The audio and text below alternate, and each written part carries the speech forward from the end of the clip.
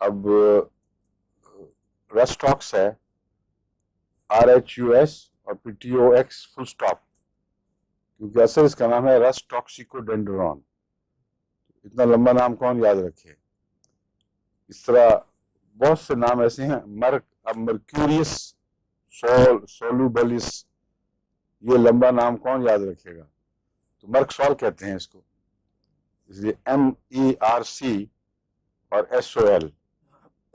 تو یہ جو طریقہ کار ہے دوائیں لکھنے کا اور ان کے نام پڑھنے کا، میرا خیال ہے اس پر بھی اگر کوئی کلاس ہو جائے پوری، اور مختلف بڑی بڑی دوائیں جو ہم پڑھا چکے ہیں ان کو باقاعدہ کمپیوٹر سے پہلے، یہاں ضرورت نہیں بورڈ کی، لیکن کمپیوٹر میں وہی داخل کر سکتا ہے، ان کو وہ داخل کر لے اور پھر ہم ہر دوا کے متعلق تفصیل سے بتائیں یہ نام اس طرح پڑھا جاتا ہے اور